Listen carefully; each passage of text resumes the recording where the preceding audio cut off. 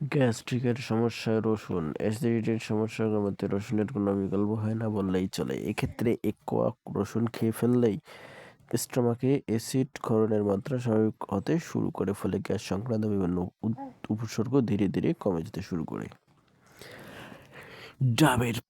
ডাবের পানি খেলে হজম ক্ষমতা বাড়ে এবং সব খাবার সহজেই হজম হয়ে যায়। এছাড়া গ্যাসের সমস্যা থেকেও মুক্তি পাওয়া যায় নিয়মিত ডাবের পানি খেলে। তাই সম্ভব হলে প্রতিদিন ডাবের পানি খাওয়ার অভ্যাস করুন, তাহলে গ্যাস্ট্রিকের সমস্যা থেকে মুক্তি মিলবে। এছাড়া ওজন কমানো, খাবার গ্রহণের সময়ের সঠিক ব্যবধান রাখা, খালি পেটে চা না খাওয়া ইত্যাদি বিষয়গুলো নিজের আয়ত্তে রাখতে পারলে গ্যাস্ট্রিকের সমস্যা থেকে চিরতরে মুক্তি পেতে পারেন।